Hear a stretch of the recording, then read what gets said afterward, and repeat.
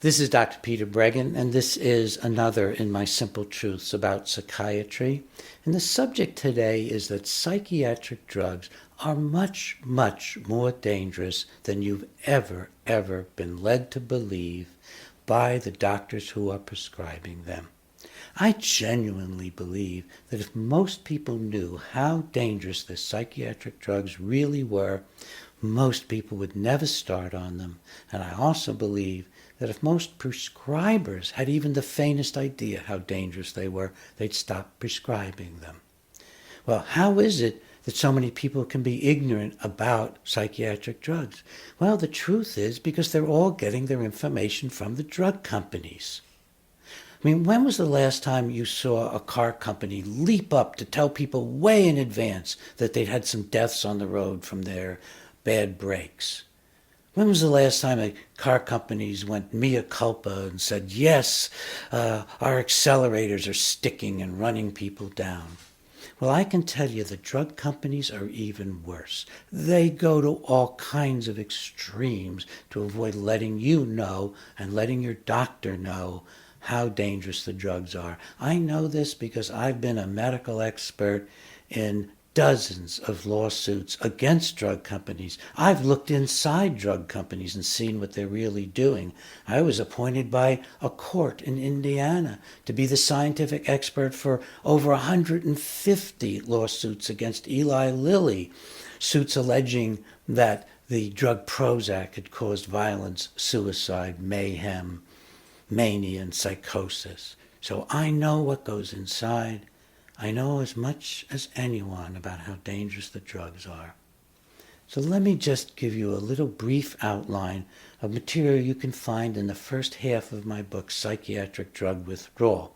Obviously, the second half is intended to help you come off psychiatric drugs, because it can be very dangerous to come off drugs. It's dangerous and sometimes more than starting the drugs. Let's take a look at the stimulants that you may be taking as a college student or as a parent that you may be giving to your children.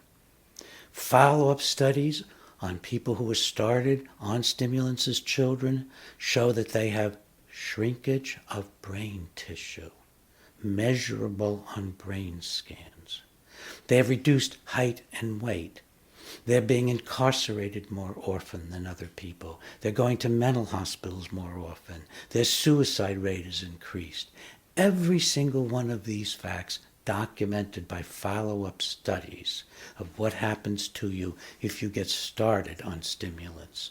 And one particularly well-done study, the rate of cocaine abuse is greater when you become a young man or woman if you've been put on stimulants as a child. That's because the stimulant drugs, such as Ritalin and Concerta and Adderall and Dexedrine, they're so similar to cocaine in their effects.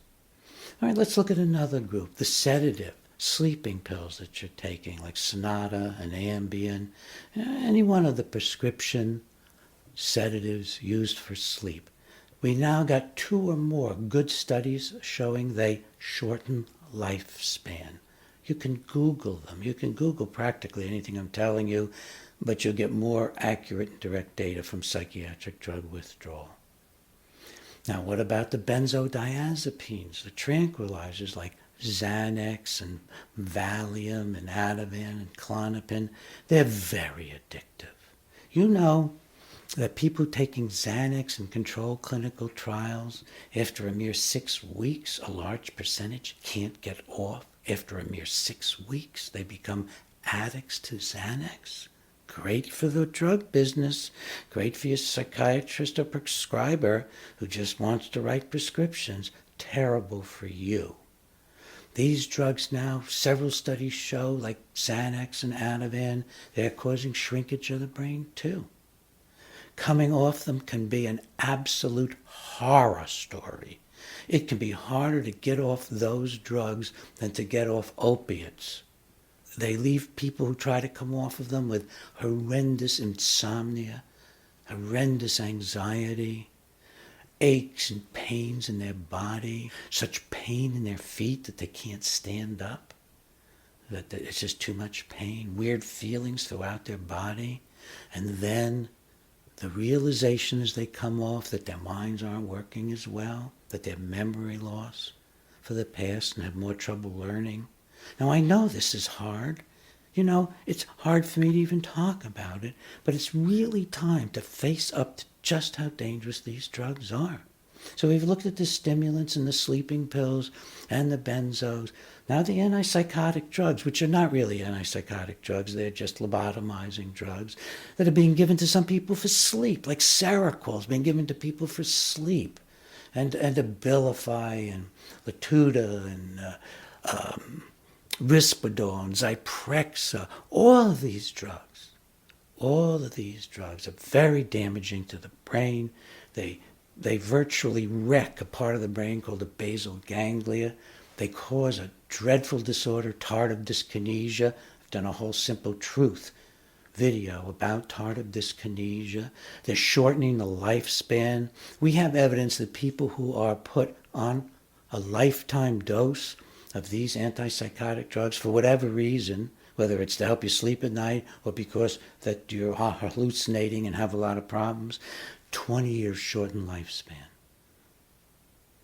And we know some of the ways the lifespan's being shortened, because especially these newer antipsychotics, so-called second generation or atypical antipsychotics, they're even worse than the older ones in causing a metabolic syndrome. People get obese. They get diabetes. They get pancreatitis. They get elevated cholesterol. Blood pressure is off. And then, since the drugs also cause heart arrhythmias and in combination with other drugs do even more cardiovascular damage, that's one of the ways in which people are having shortened lifespan on these drugs. The mood stabilizers, so-called, which are just emotionally flattening drugs. Most of them were originally anti-seizure drugs. The one we've studied for the longest time is lithium. If you stay on lithium for a lifetime, like your doctor tells you to, you're at grave risk of severe mental problems in the form of memory difficulties, learning new materials, conducting your affairs like you have your whole life. None of these drugs are good for your brain. All of these drugs are bad for your brain, and it shouldn't be any surprise. These drugs are producing multiple biochemical imbalances in brains that don't have any biochemical imbalance until a physician or prescriber puts you on the drug. Now, please don't just stop taking your drugs, because the ultimate tragedy is that coming off of them can be catastrophic. People can get suicidal, they can get violent. Some of the drugs, you can get seizures. Some of the drugs can drop your blood pressure if you're coming off. So, get good information. I put everything I know about it in psychiatric drug withdrawal. Get good information, get some good clinical supervision, work with your family or friends. The shorter time you're on psychiatric drugs almost certainly means that you'll have a better quality of life.